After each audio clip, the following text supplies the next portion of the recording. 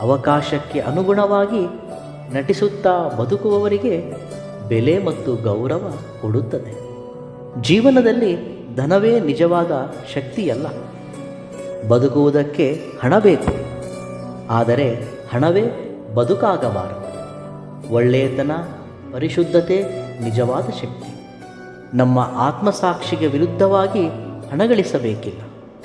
ತಾತ್ಕಾಲಿಕವಾಗಿ ಹಣ ಸಂತೋಷವನ್ನು ಕೊಟ್ಟರೂ ಶಾಶ್ವತವಾದ ಆನಂದವನ್ನು ಕೊಡುವುದಿಲ್ಲ. ಹಣ ಇರುವ ಪ್ರತಿಯೊಬ್ಬರೂ ಸಂತೋಷವಾಗಿರುವವರು ಎಂದೇನೂ ಇಲ್ಲ. ಸಂತೋಷ ಒಳಗಿನ ತೃಪ್ತಿಯಿಂದ ಬರುತ್ತದೆ. ಧೈರ್ಯದಿಂದ ಇರಿ, ಶಾಂತಿಯಿಂದ ಇರಿ, ಸಮಾಧಾನದಿಂದ ಇರಿ. ಖಂಡಿತವಾಗಿಯೂ ಎಲ್ಲವೂ ಒಳ್ಳೆಯದೇ ಆಗುತ್ತದೆ. ಇವೆಲ್ಲವುಗಳಲ್ಲಿ ನಿಮಗಿಷ್ಟವಾದ ಸೂಕ್ತಿಯನ್ನು ಕಾಮೆಂಟ್ ಮುಖಾಂತರ ತಿಳಿಸಿ.